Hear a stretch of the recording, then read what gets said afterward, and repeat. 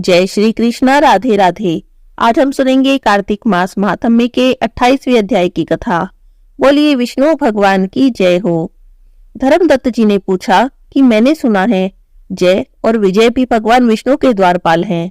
उन्होंने पूर्व जन्म में ऐसा कौन सा पुण्य किया था जिससे कि वे भगवान के समान रूप धारण कर वैकुंठ धाम के द्वारपाल हुए। तब दोनों पार्षदों ने कहा, हे ब्राह्मण, पूर्व काल में तरणबिंदु की कन्या देवहूति के गर्भ से महर्षि कर्दम की दृष्टि मात्र से 2 पुत्र उत्पन्न हुए। उनमें से बड़े का नाम जय था और छोटे का नाम विजय हुआ। पीछे उसी देवहूति के गर्भ से योग धर्म को जानने वाले भगवान कपिल उत्पन्न हुए। जय और विजय सदा भगवान की भक्ति में तत्पर रहते थे। वे नित्य ही अष्टाक्षर मंत्र का जाप करते थे और वैष्णव व्रत का पालन करते थे। एक समय राजा मरुत ने उन दोनों को अपने यज्ञ में बुलाया। वहां पर जय को ब्रह्मा बनाया गया और विजय आचार्य बने। उन्होंने यज्ञ की संपूर्ण विधि पूर्ण की। यज्ञ के अंत में राजा मरुत ने उन दोनों को बहुत सा धन दिया। धन लेकर दोनों भाई अपने आश्रम पर गए। वहां पर उस धन का विभाग करते समय दोनों में परस्पर लाग डांट पैदा हो गई।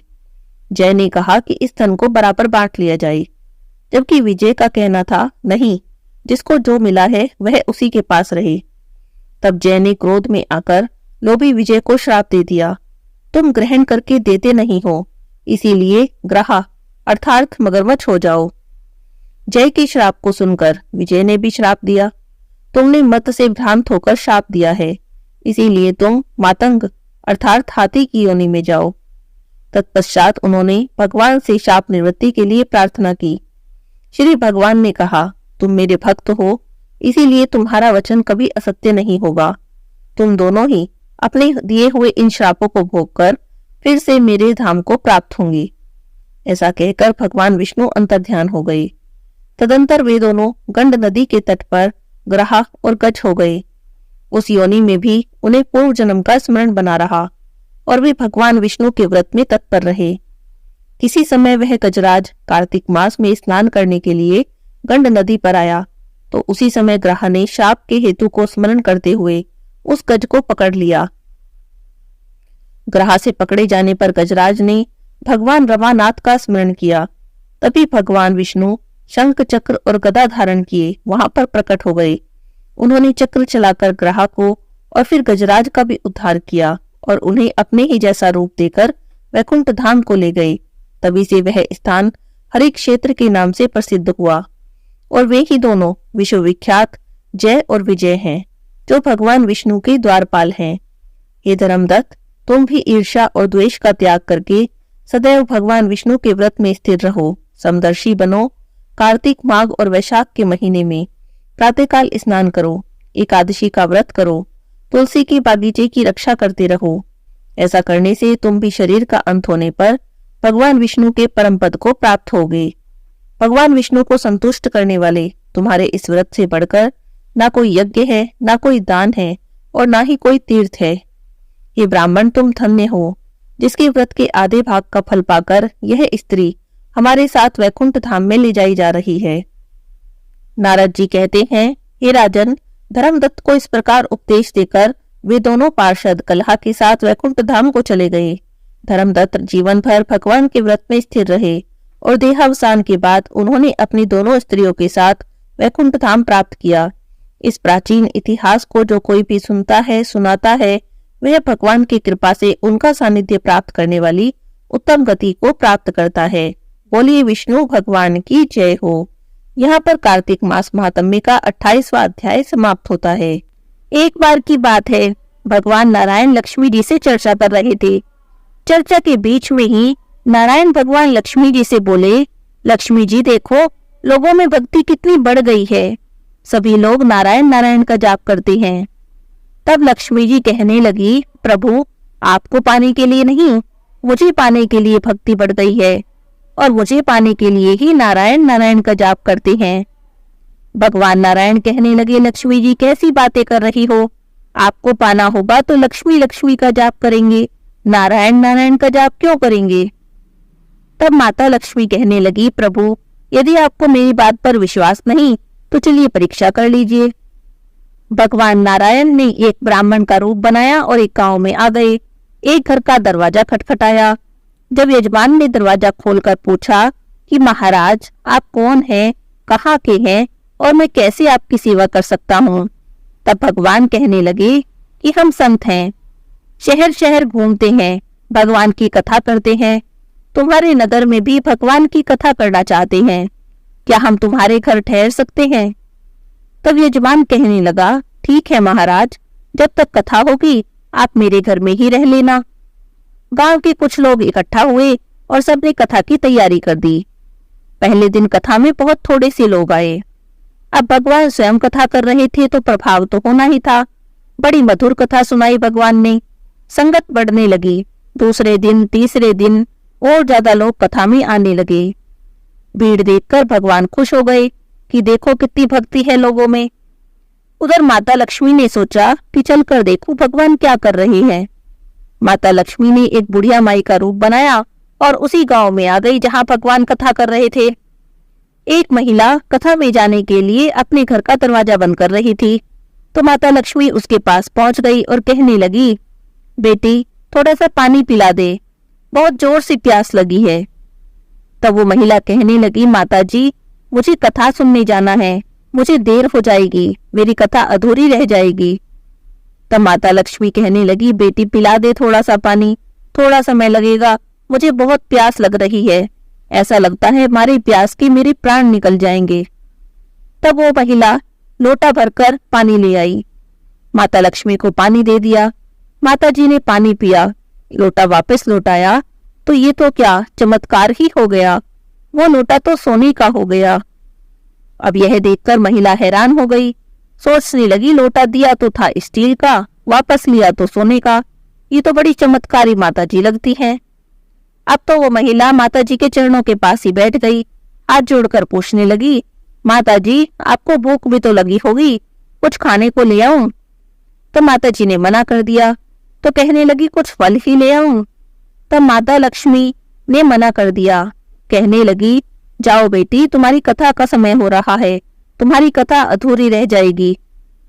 अब वह महिला अनमने से मन से कथा में आ गई। कथा में आई तो लेकिन उसका ध्यान आज कथा में नहीं लग रहा था। आसपास की महिलाओं से उसने सारी बात बताई कि एक चमत्कारी माताजी आई हैं, पानी पीने को दिया तो लोटा सोने का हो गया। मैंने तो बहुत कहा कि खाना खा लो, मैंने सोचा हो सकता है थाली कटोरी चम्मच भी सोने का हो जाए, पर उन्होंने खाना खाने से मना कर दिया। अब ये बात सुनकर तो सारी महिलाएं कथा में से उठ खड़ी हुई। अगले दिन से कथा में लोगों की संख्या कम होने लगी। तो भगवान सोचने लगे कि लोगों की संख्या कम कैसे हो गई। किसी से पूछा तो वो कहने लगा कि एक चमत्कारी माताजी आई है, किसी के घर में पानी पीती है तो लोटा सोने का हो जाता है, किसी के घर में दूध पीती है तो गिलास सोने का हो जाता है, खाना खाती है तो थाली सोने की हो जाती है। बस सब उन्हीं की सेवा में लगे रहें, इसीलिए कथा में नहीं आ रहे। तब भगवान नारायण समझ गए कि लक्ष्मी जी आ गई हैं।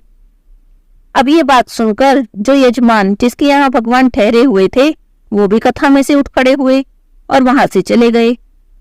सीधे पहुंचे माता लक्ष्मी जी के पास, जाकर बोले, माता जी मेरे घर में भगवान की कथा का आयोजन हुआ है, आज आप मेरे घर ही भोजन करना, आइए आप मेरे साथ चलिए। तब माता लक्ष्मी कहने लगी कि तुम्हारे घर तो मैं सबसे पहले आने वाली थी, लेकिन तुमने अपने घर में जिन संत जी को ठहराया है, जब तक वे तुम्हारे घर में ठहरे हैं मैं तुम्हारे घर में नहीं आऊंगी, जब वो चले जाएंगे मैं तभी आऊंगी। सेठ जी कहने लगे, बस इतनी सी बात है, उन्हें तो मैं आज ही भेज देता हूँ, उन्हें धर्मशाला में कमरा दिलवा दूंगा। अब जैसे ही भगवान कथा समाप्त करके सेठ जी के घर आए तो सेठ जी दरवाजे पर ही खड़े थे। भगवान को देखकर बोले, महाराज अपना बिस्तर बांधो, अब आप इस घर में नहीं रह सकते। तब भगवान कहने लगे कि अभी तो 2-3 दिन की कथा बची हुई है, मुझे यही रहने दो। लेकिन सेठ जी बोले, नहीं नहीं, मैं आपको यहाँ नहीं रहने दे सकता, अब मैं कुछ नहीं सुनने वाला, आपकी व्यवस्था धर्मशाला में कर दी है, मेरे घर में तो कोई और मेहमान आने वाला है। तब इतने में पीछे से लक्ष्मी जी आ गई और सेठ जी से कहने लगी, सेठ जी अगर आप मुझे थोड़ा समय दे तो मैं इनसे कुछ बात करना चाहती हूँ। सेठ जी चले गए। सेठ जी के जाने के बाद माता लक्ष्मी कहने लगी, प्रभु अब भी मानते हो या नहीं? तब भगवान नारायण बोले, हाँ मान गया लक्ष्मी जी, आपका प्रभाव तो है, लेकिन एक बात तो तुम्हें मेरी भी माननी पड़ेगी। तो आप तभी यहाँ पर आई जब मैं संत के रूप में यहाँ आया। संत जहाँ भी कथा करते हैं लक्ष्मी जी, वहां तो आपका वास होता ही है। इतना कहकर नारायण भगवान तो वैकुंठ के लिए चले गए।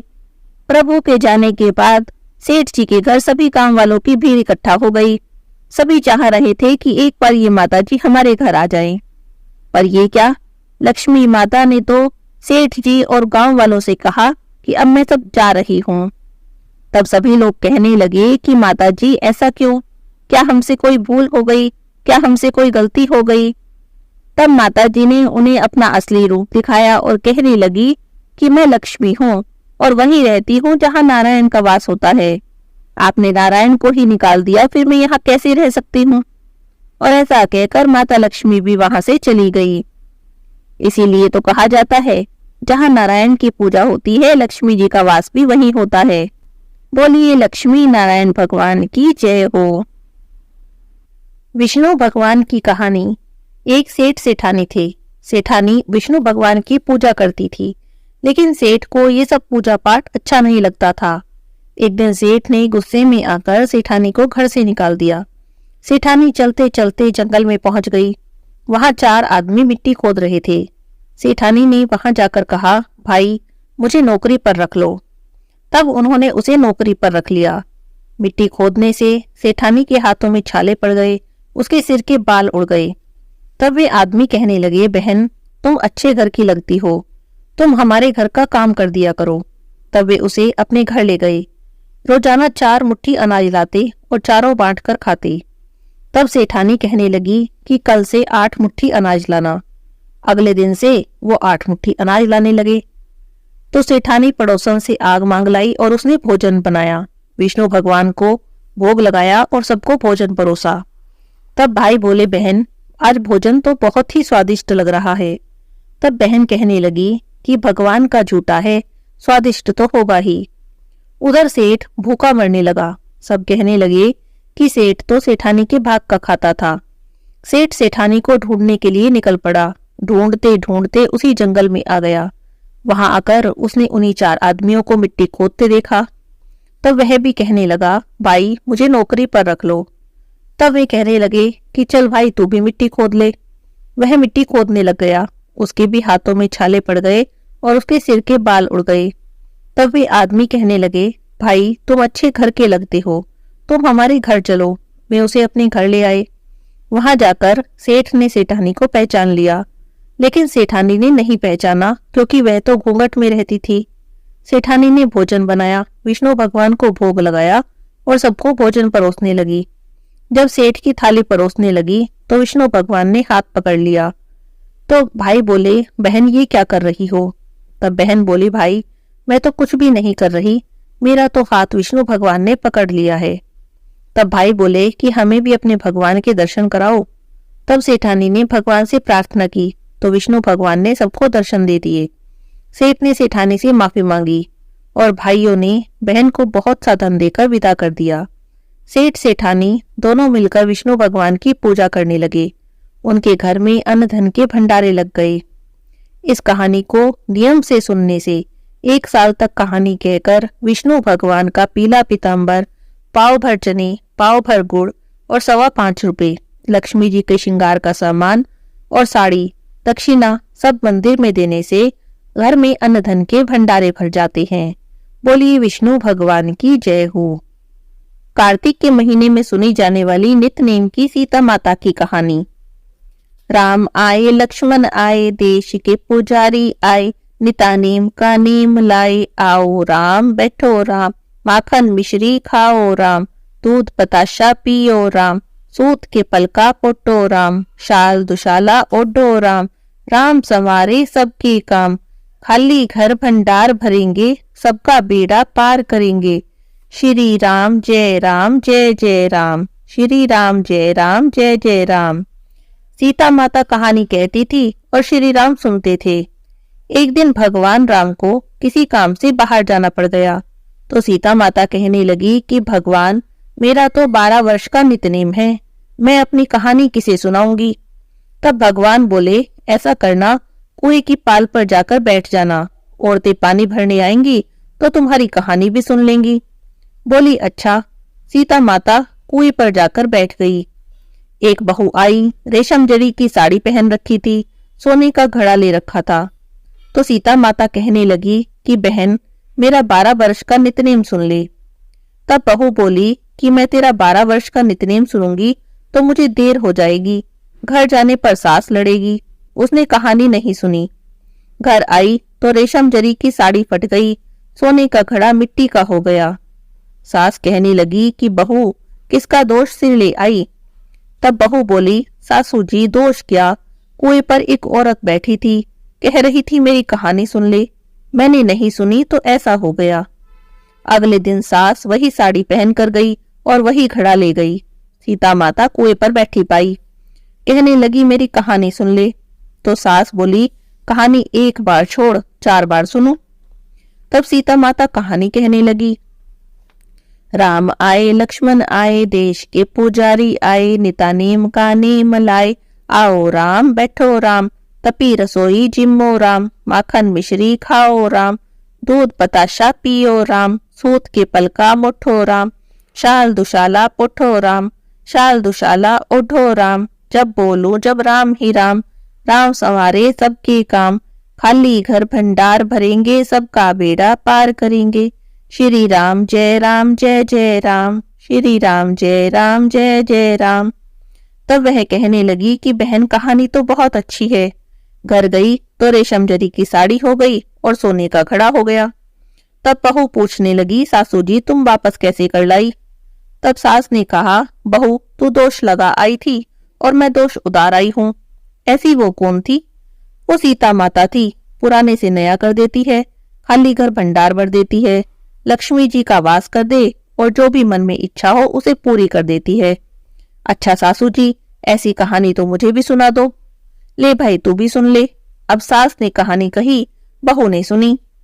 राम आए लक्ष्मण आए, देश के पुजारी आए, नित नेम का नेम लाए, आओ राम बैठो राम, तपी रसोई जिम्मो राम, माखन मिश्री खाओ राम, दूध बताशा पियो राम, सूत के पलका मुठो राम, शाल दुशाला पुठो राम, शाल दुशाला ओढ़ो राम, जब बोलूं जब राम ही राम, राम संवारे सबके काम, खाली घर भंडार भरेंगे, सबका बेड़ा पार करेंगे, श्री राम जय जय राम, श्री राम जय जय राम। बहू ने कहा, सासू जी, कहानी तो बहुत अच्छी है। तब सास कहने लगी, बहू अच्छी है तो रोज कह लिया करेंगे। अब सास बहू नाती, पूजा पाठ करती, नितनेम की सीता माता की कहानी कहती। एक दिन उनकी पड़ोसन आई, कहने लगी, बहन जरा आँच दे दे। तब वे कहने लगी कि अभी हमने आँच नहीं जलाई। तब वह बोली, तुम 4 बजे से उठी हो, क्या कर रही हो? तब वे कहने लगी, हम नहाए धोए, पूजा पाठ करते, सीता माता की कहानी कहते। पड़ोसन ने पूछा, इससे क्या होता है? तब वह कहने लगी कि सीता माता की कहानी कहने से अटूट भंडारे भर जाते हैं, सारे कार्य सिद्ध हो जाते हैं। तब पड़ोसन कहने लगी कि ऐसी कहानी तो मुझे भी सुना दो। तब सास कहानी कहने लगी, पड़ोसन सुनने लगी। राम आए लक्ष्मण आए, देश के पुजारी आए, नित नेम का नेम लाए, आओ राम बैठो राम, तपी रसोई जिम्मो राम, माखन मिश्री खाओ राम, दूध बताशा पियो राम, सूत के पलका मुठो राम, शाल दुशाला पुठो राम, शाल दुशाला ओढ़ो राम, जब बोलो जब राम ही राम, राम संवारे सबके काम, खाली घर भंडार भरेंगे, सबका बेड़ा पार करेंगे, श्री राम जय जय राम, श्री राम जय जय राम। तब पड़ोसन कहने लगी कि बहन, कहानी तो बहुत ही अच्छी है। अब पड़ोसन भी नितनेम की सीता माता की कहानी कहने लगी। सीता माता ने उसके भी भंडारे भर दिए। हे मेरी सीता माता, जैसे उन सबके भंडारे भरे, सबके भरना, लक्ष्मी का वास हो, अन्नपूर्णा का वास हो। बोलो सीता माता की जय। जय श्री राम जय श्री राम जय श्री राम। एक तपसी था और एक लपसी था। तपसी तो भगवान की तपस्या करता और लपसी रोज 1.25 सेर की लापसी बनाता, भोग लगाता, घंटी बजाता और जीम लेता। एक दिन दोनों में झगड़ा हो गया। तपसी बोला कि मैं बड़ा हूँ, लपसी कहने लगा कि नहीं, मैं बड़ा हूँ। तपसी बोला कि मैं रोज भगवान की तपस्या करता हूँ, इसीलिए मैं ही बड़ा हूँ। लपसी बोला कि मैं रोज भगवान को 1.25 सेर की लापसी का भोग लगाता हूँ, इसीलिए मैं बड़ा हूँ। दोनों आपस में झगड़ रहे थे। नारद जी वहां से गुजरे तो दोनों को झगड़ते देखा। पूछने लगे कि क्यों झगड़ रहे हो। तब दोनों ने अपनी अपनी बात कह दी। नारद जी बोले कि तुम लोग आपस में झगड़ा मत करो, तुम में से कौन बड़ा है इस बात का फैसला मैं कर दूंगा। अगले दिन सुबह सुबह तपसी और लपसी दोनों नहा कर आ रहे थे। नारद जी ने दोनों के रास्ते में 1.25 करोड़ की अंगूठी रख दी। तपसी ने अंगूठी देखी तो उसने तुरंत उठा ली। इतनी कीमती अंगूठी देखकर उसके मन में लालच आ गया। सोचने लगा कि बड़ी कीमती अंगूठी है, इसे बेचूंगा, बहुत सारे पैसे मिलेंगे। उन पैसों से एक बहुत बड़ा यज्ञ करूंगा और अपने आप को बड़ा साबित कर दूंगा। उधर लपसी ने अंगूठी देखी तो सोचने लगा, अरे किसी की कीमती अंगूठी गिर गई है, लेकिन उसने अंगूठी को हाथ तक नहीं लगाया। सोचने लगा कि कहीं मैंने उठा ली तो चोर डाकू मेरे पीछे पड़ जाएंगे, कहीं मुझे मार दिया तो। वो तो रोज की तरह 1.25 सेर की लापसी बनाई, भगवान को भोग लगाया, घंटी बजाई और जीभ लिया। थोड़ी देर में नारद जी वहां पर आए। दोनों कहने लगे कि बताओ नारद जी, हम दोनों में से कौन बड़ा है। तो नारद जी बोले कि दोनों खड़े हो जाओ।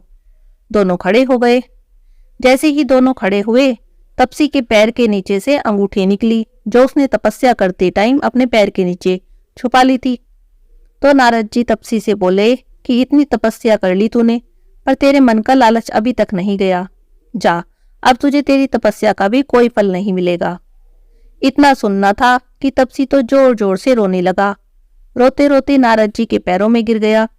बोला, महाराज दया करो और बताओ कि मुझे मेरी तपस्या का फल कैसे मिलेगा।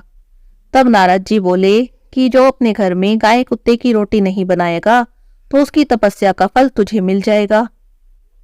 दीवा जलाकर हाथ नहीं जोड़ेगा, ब्राह्मण को भोजन कराकर दक्षिणा नहीं देगा, तब उसकी तपस्या का फल तुझे मिल जाएगा।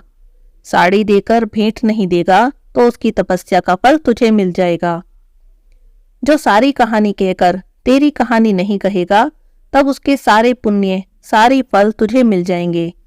बस तभी से सभी कथा कहानी के साथ तपसी लपसी की कहानी जरूर सुननी चाहिए, नहीं तो किसी भी कथा कहानी का फल नहीं मिलता।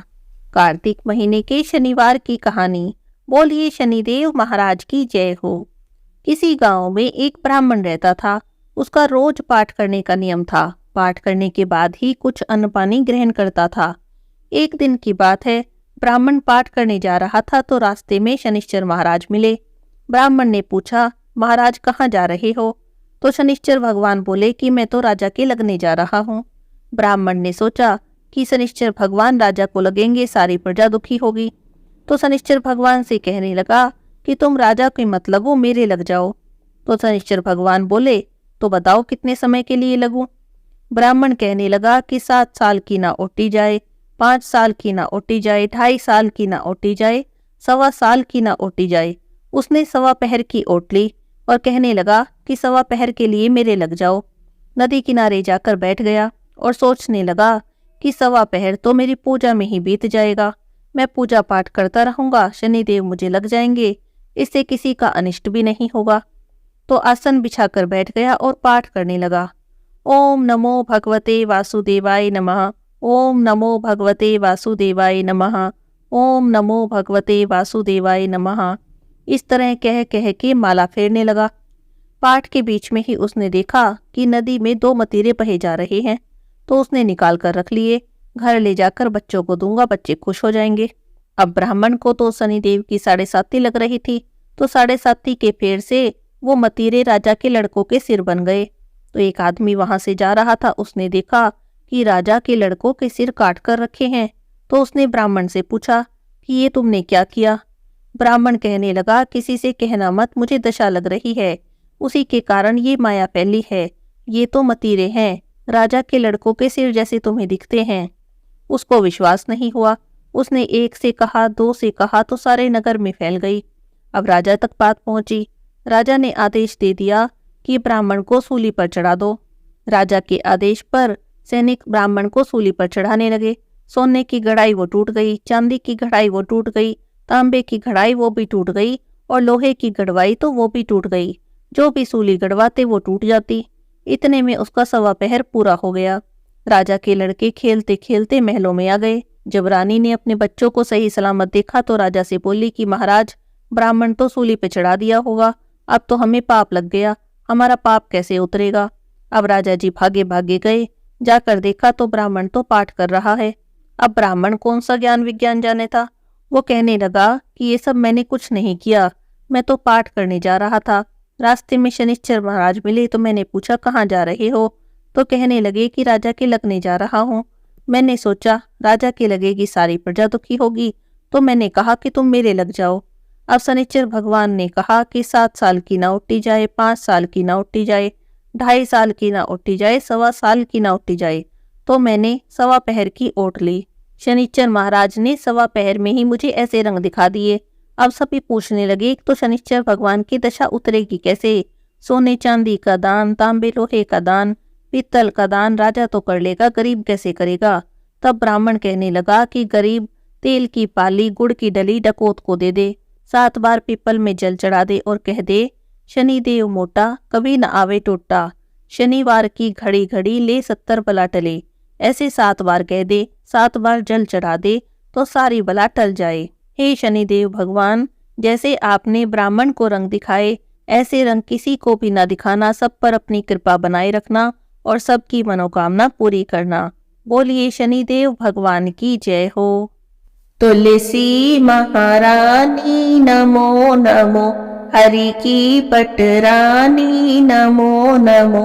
तुलसी महारानी नमो नमो, हरि की पटरानी नमो नमो। धन तुलसी पूर्ण तप कीनो, शालिग्राम बनी पटरानी नमो नमो। तुलसी महारानी नमो नमो, हरि की पटरानी नमो नमो। जाके पत्र मंजरी कोमल, श्रीपति कमल चरण लपटानी नमो नमो। तुलसी महारानी नमो नमो, हरि की पटरानी नमो नमो। कौन से महीने में बोई रानी तुलसा, कौन से महीने में हुई हरियाली नमो नमो। तुलसी महारानी नमो नमो, हरि की पटरानी नमो नमो। कौन से महीने में हुई तेरी पूजा, कौन से महीने में हुई पटरानी नमो नमो। तुलसी महारानी नमो नमो, तुलसी महारानी नमो नमो। आषाढ़ मास में बोई रानी तुलसा, सावन मास में हुई हरियाली नमो नमो। तुलसी महारानी नमो नमो, हरि की पटरानी नमो नमो। कार्तिक मास में हुई तेरी पूजा, मंगसिर मास में हुई पटरानी नमो नमो। तुलसी महारानी नमो नमो, हरि की पटरानी नमो नमो। धूप दीप नैवेद्य आरती, पुष्पन की वर्षा बरसानी नमो नमो। तुलसी महारानी नमो नमो, तुलसी महारानी नमो नमो। 56 भोग 3600 व्यंजन, बिन तुलसी हरि एक न मानी नमो नमो। तुलसी महारानी नमो नमो, हरि की पटरानी नमो नमो। जो कोई तुलसी जी को सवेरे गाए, श्री कृष्ण के दर्शन पाए नमो नमो। तुलसी महारानी नमो नमो, हरि की पटरानी नमो नमो। जो कोई तुलसी जी को दोपहर को गाए, खीर खांड के भोग लगाए। नमो नमो तुलसी महारानी, नमो नमो हरि की पटरानी, नमो नमो। जो कोई तुलसी जी को सांझ को गाए, श्री कृष्ण जी की आरती उतारे। नमो नमो तुलसी महारानी, नमो नमो हरि की पटरानी, नमो नमो। जो कोई तुलसी जी को रात को गाए, श्री कृष्ण के चरण दबाए। नमो नमो तुलसी महारानी, नमो नमो हरि की पटरानी, नमो नमो। सभी सखी मैया तेरो यश गावे, भक्ति दान दीजो महारानी। नमो नमो तुलसी महारानी, नमो नमो तुलसी महारानी, नमो नमो हरि की पटरानी, नमो नमो तुलसी महारानी, नमो नमो। बोली तुलसी माता की जय हो।